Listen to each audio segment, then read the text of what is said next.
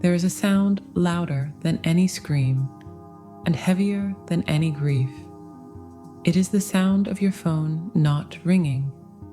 It is the peculiar weight of an empty inbox, the digital void where a routine good morning used to be. If you are listening to this, you are likely navigating the dark night of separation. The modern world calls this no contact.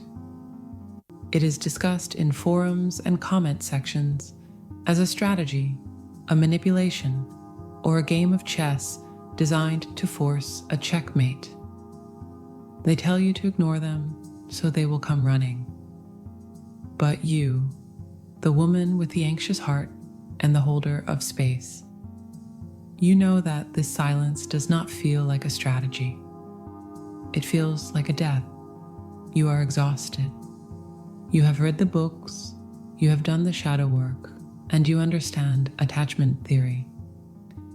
Yet this silence feels like a punishment. It feels as though the universe has severed the cord, leaving you adrift in deep space. But what if I told you that you are looking at the silence upside down? What if this silence is not an absence, but a presence?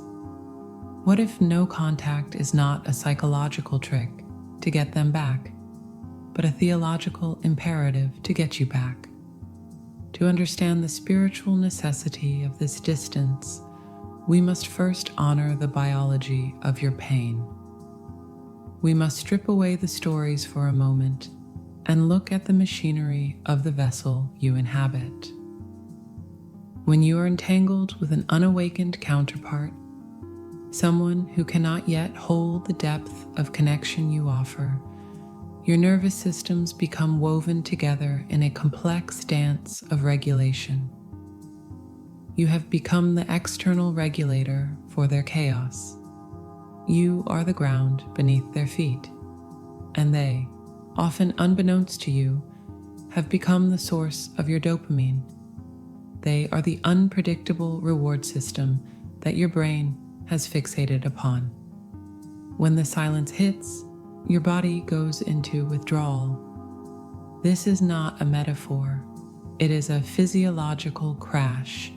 Your cortisol spikes and your dopamine plummets. Your body is scanning the environment for the source of its safety, and it cannot find it.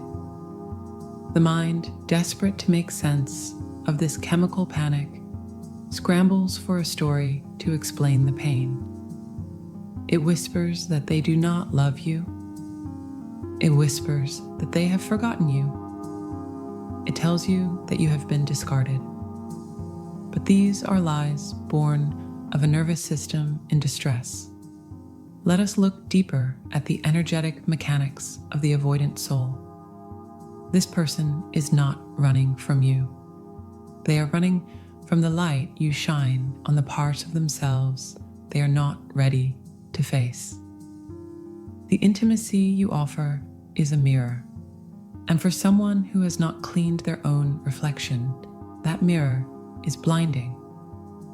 When you reach out, when you check social media, when you send the energetic pulse of waiting, you are inadvertently feeding the dynamic of the chase.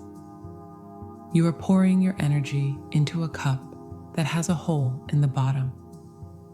In the realm of quantum mechanics, there is a concept called the observer effect. The act of observing a particle changes its behavior. This law of physics applies to the metaphysics of love.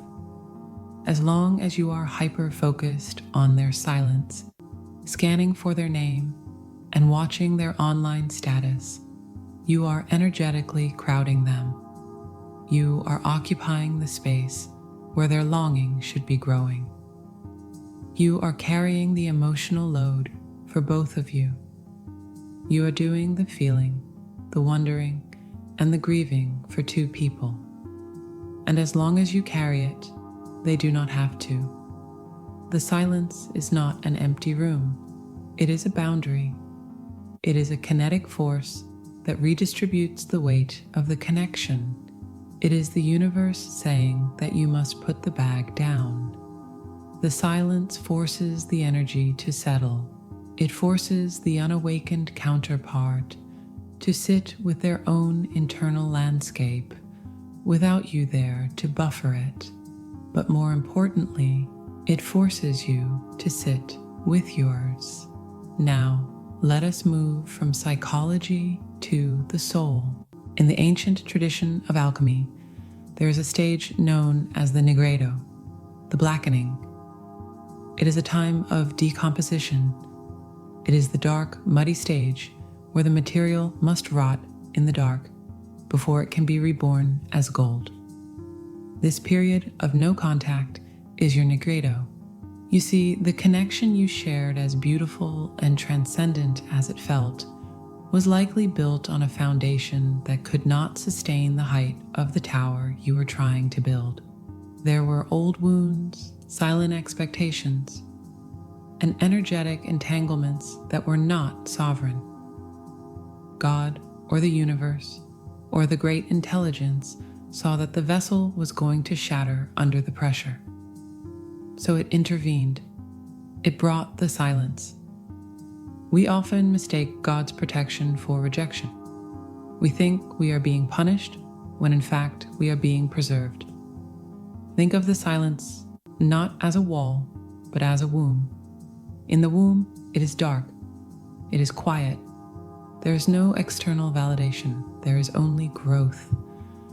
If the unawakened counterpart remained in your ear, whispering sweet nothings and keeping you in the loop of intermittent reinforcement, you would remain asleep. You would settle for breadcrumbs when you are designed for the banquet. The theology of silence teaches us that the divine speaks loudest when the world shuts up. This distance is granting you the dignity of your own sovereignty. It is forcing you to retrieve the parts of your soul you left in their pocket. You are not waiting for a text message. You are waiting for your own spirit to catch up to your body. The silence is not keeping them away from you. The silence is keeping you for you. So how do we inhabit this silence without being consumed by it? How do we move from the anxious heart to the empowered witness? We must make specific internal shifts. The first is to move from waiting to witnessing. Waiting is passive. It implies that life begins when they return. Waiting creates a vacuum of lack. Witnessing is active. It is the stance of the soul. You are the observer of your own life. When the urge to reach out arises, witness it. Say to yourself that you are noticing a craving for connection. Do not judge it. Just watch it, like a cloud passing over a mountain. The mountain does not chase the cloud. It abides. Be the mountain. The second shift is nervous system alchemy. You cannot think your way out of an emotional spiral. You must sense your way out. When the silence becomes deafening, your body is screaming for safety. Do not look for that safety in their social media profile. Create safety here. Use cold water on your face. Practice deep, rhythmic breathing. Feel the weight of a heavy blanket. Show your inner child that you are the adult in the room. You are the one who stays. You are the one who does not leave. The third shift is the energetic recall. Every time you fantasize about what they are doing, thinking, or feeling, you are leaking energy. You are sending them vitality that you desperately need for your own healing. Visualize yourself calling your energy back. Imagine unhooking the cords from their chest and plugging them back into your own solar plexus. Feel the rush of your own power returning. This is not about cutting them off with malice. It is about closing the circuit so you can glow on your own. The silence is not the end of the story. It is the intermission. In a great play, the intermission is not when the audience leaves. It is when we catch our breath. It is when we process what has happened, so we are ready for the resolution. Whether this person returns as a deeply changed soul, or whether the universe clears the path for a love that requires no chasing, the destination is the same. The destination is you. You will be whole, healed, and no longer afraid of the quiet. Let the silence do its work. Let the alchemy happen. You are being prepared for something greater than you can currently perceive. Trust the pause. You are the destination.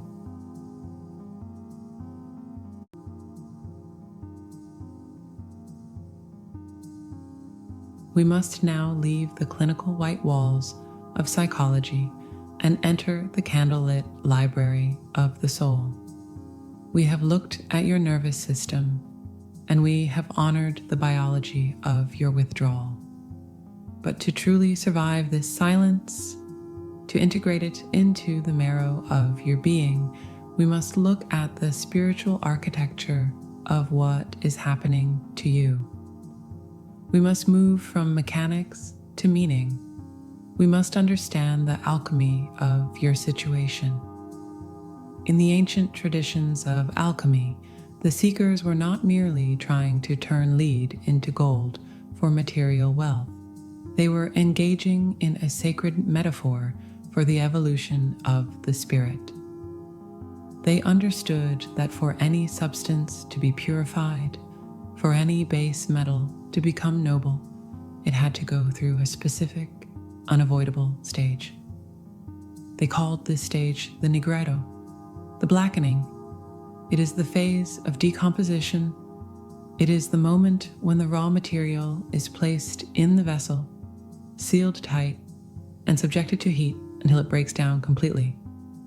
It rots. It dissolves.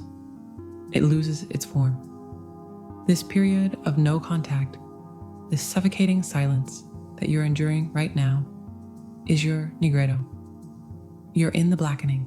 It feels like a death because, in a very real sense, it is one. It is the death of the ego's attachment. It is the death of the illusion that another person holds the keys to your worth. The alchemists knew that there is no resurrection without the grave.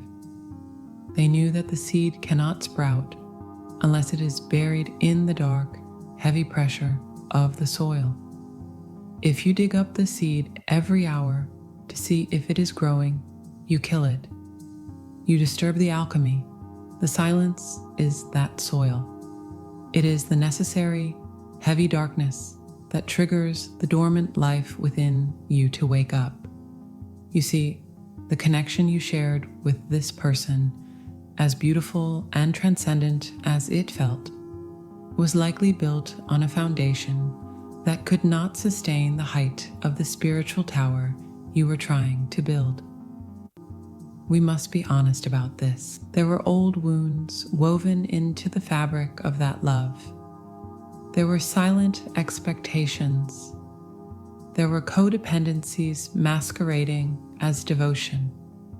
You were perhaps asking this person to be your God, to be the source of your stability, to be the mirror that finally told you that you were enough. But no human being can hold that projection forever. It is too heavy. The glass eventually cracks. God, or the universe, or the great intelligence that moves the stars, saw that the vessel was going to shatter. It saw that you were shrinking yourself to fit into a room that was too small for your soul.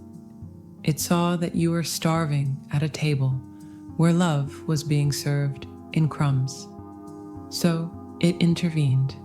It brought the silence.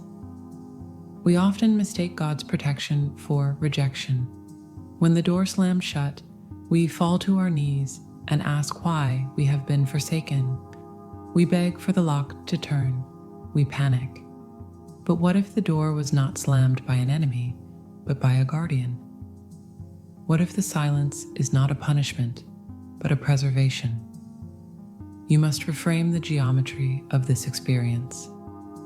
The mind, in its panic, perceives the silence as a wall, a cold, impenetrable stone wall that separates you from the object of your desire. You throw yourself against it.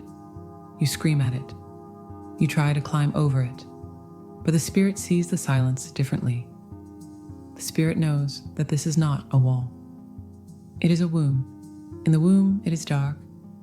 It is quiet. There is no external validation. There is no audience. There is only the rhythmic, undeniable pulse of growth. In the womb, you are not being ignored. You are being knit together. You are being formed. If the unawakened counterpart remained in your ear right now, if they were still sending you sporadic text messages, keeping you in the loop of intermittent reinforcement, you would remain asleep. You would stay in the embryonic stage of your spiritual development forever. You would settle for the faint echo of love instead of the roar of your own existence. The theology of silence teaches us that the divine speaks loudest when the world shuts up. This distance is granting you the dignity of your own sovereignty. It is forcing you to retrieve the parts of your soul that you left in their pocket. Think of how much energy you gave them. Think of how many hours you spent analyzing their moods, anticipating their needs, walking on eggshells to keep the peace. You poured your golden light into their abyss, hoping it would fill them up. But the abyss is bottomless. Now, the silence has cut the cord. The flow has stopped. And for the first time in a long time, that golden light has nowhere to go but back into you. This is the purpose of the container. The alchemical vessel must be sealed so that the heat increases. If the vessel leaks, the transformation fails. If you break no contact, if you reach out, if you check on them, you are cracking the seal of the vessel. You are letting the heat escape. You are cooling down the process just when it is about to turn the lead into gold. You must let the heat build. You must let the pressure rise. It is this very pressure that is burning away the impurities of your attachment. It is burning away the part of you that believes you are small. It is burning away the belief that you need to earn love. This is a fire, yes, but it is not the fire of hell. It is the fire of the phoenix. You are being burned so that you can be born. The silence is removing the distraction of them so that you are forced to encounter you. And that encounter is terrifying. It is terrifying to sit in a quiet room with your own thoughts, your own grief, and your own emptiness. But it is in that empty space that the presence of the divine enters. It cannot enter when the room is crowded with your anxiety and their confusion. It needs space. The silence creates that space. We have a tendency to romanticize the noise. We think that communication equals connection, but often, in these profound soul connections, words become a barrier. They become a way to avoid the energetic truth. The silence strips away the lies. It strips away the false promises. It leaves only what is real. And what is real is that you are here, you are alive, and you comprise a complete universe unto yourself. You are not a half waiting to be made whole. You are the universe in ecstatic motion, momentarily paused to remember its own name. The silence is not keeping them away from you. The silence is keeping you for you. It is guarding your energy until you are strong enough to hold it without leaking it. It is preparing you for a level of love that you have asked for, but were not yet ready to receive. A love that requires two sovereign beings standing tall, not two wounded children leaning on each other until they collapse. So when the silence feels heavy, when the grief feels like it will crush your chest, remind yourself of the work being done in the dark. Remind yourself that the seed does not scream when it breaks open. It surrenders. It trusts the process of the earth. Trust the process of your soul. You are in the negredo. The blackening is not the end. It is the beginning. The gold is coming. But the gold is not them returning to you. The gold is you returning to yourself.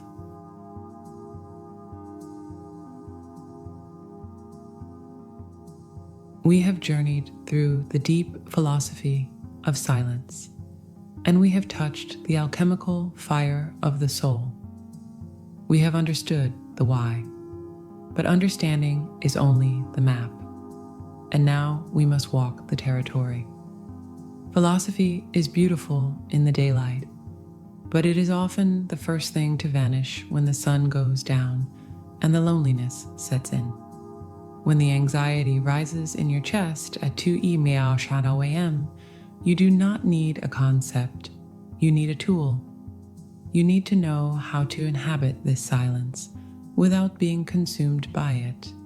You need to know how to move your identity from the anxious heart to the empowered witness. This is the phase of integration.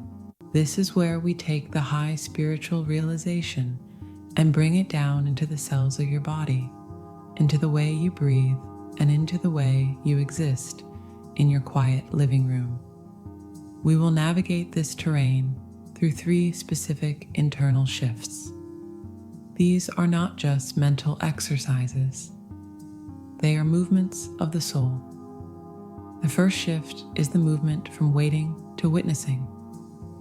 We must be very honest about the energy of waiting. Waiting is a passive state. It is a posture of suspension.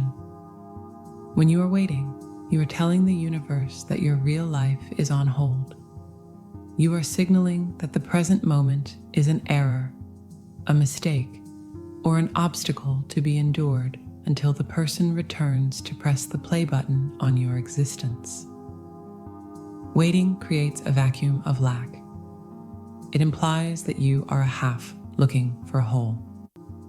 It is a low frequency vibration that actually repels the very connection you seek because it stems from a place of desperation. You must shift into witnessing. Witnessing is active. It is the sovereign stance of the soul. It is the ability to stand back and observe your own experience without becoming drowning in it. You become the observer of your own life. When the urge to reach out arises, and it will arise with the ferocity of an addiction, you do not fight it. You do not judge it. You witness it. You say to yourself, I am noticing a craving for connection right now. I am noticing a feeling of abandonment. Note the language. You are not saying, I am abandoned. You are saying, I am noticing the feeling. There is a gap between you and the feeling. In that gap lies your freedom. Think of a mountain and a cloud. Your consciousness is the mountain. It is ancient, grounded, and immovable. The anxiety, the grief, and the urge to text are simply clouds passing over the peaks. The mountain does not chase the cloud. The mountain does not try to grab the cloud and stuff it into its pocket. The mountain abides. It lets the weather pass, knowing that the sun will return. You must be the mountain. The second shift is nervous system alchemy. We often try to solve our emotional problems with our minds. We analyze, we ruminate, and we construct elaborate arguments about why we should or should not be in pain. But you cannot think your way out of a nervous system spiral. you must sense your way out. When the silence becomes deafening, it is because your body has entered a state of threat. Your amygdala is firing. Your body is screaming for safety, and for a long time, that person was your safety signal. Now that the signal is gone, your body feels like it is falling. Do not look for safety in their social media profile. Do not look for safety in old text messages. If you go there, you're drinking salt water to quench your thirst. You must create safety here, in the physical realm. This is somatic work. When the panic hits, you must show your biology that you are safe. Splash cold water on your face to trigger the mammalian dive reflex, which instantly lowers your heart rate. Practice deep, rhythmic breathing, extending the exhale longer than the inhale. Wrap yourself in a heavy blanket to simulate the feeling of being held. This is not just self-care, it is reparenting. You are showing your frightened inner child that there is an adult in the room, and that adult is you. You are demonstrating to your own nervous system that you are the one who stays. You are the one who does not leave. You are the consistent presence you have been looking for. By regulating your own body, you break the dependency on an external source for your stability. You become your own anchor. The third shift is the energetic recall. This is perhaps the most powerful of all. We must understand that attention is energy. It is a currency. Every time you sit and fantasize about what they are doing, every time you wonder if they are thinking of you, every time you replay an argument in the shower, you are writing a check from your own vitality and sending it to them. You are leaking energy. You are sending them the very life force that you desperately need for your own healing and expansion. You must perform a conscious recall of your power. I want you to visualize this clearly. Close your eyes and see the cords of attachment that stretch from your solar plexus to theirs. See how much light is flowing away from you, feeding their ego, feeding their confusion, keeping them energized while you feel depleted. Now, with a gentle but firm intention, visualize yourself unplugging those cords from their chest. Do not do this with anger. Do not do this with malice. Do this with the dignity of a queen reclaiming her crown. Imagine plugging those cords back into your own center. Feel the rush of your own golden energy returning to you. Feel the heat of it filling your chest, your stomach, and your hands. You are closing the circuit. You are becoming a closed system of radiance. This is not about being cold or unloving. It is about understanding that you cannot light up the world if your battery is constantly draining into someone else. By calling your energy back, you become magnetic again. You become vibrant. You become the protagonist of your own story rather than the waiting extra in theirs. These three shifts, witnessing the emotion, regulating the body, and recalling the energy, are the daily practice. They are the how. They are the steps you take when the night is long.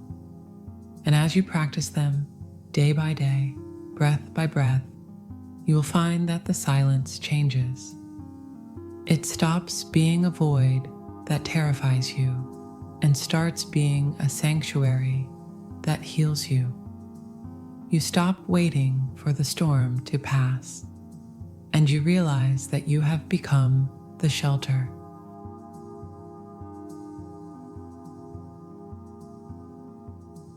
My dear ones, the silence is not the end of the story. It is the intermission, and in a great play, The intermission is not when the audience leaves. It is when we catch our breath. It is when we process what has happened that we are ready for the resolution. Whether this person returns as a deeply changed soul, or whether the universe clears the path for a love that requires no chasing, the destination is the same. The destination is you, whole, healed, and no longer afraid of the quiet. Let the silence do its work. Let the alchemy happen. You are being prepared for something greater than you can currently perceive. Trust the pause. Be well.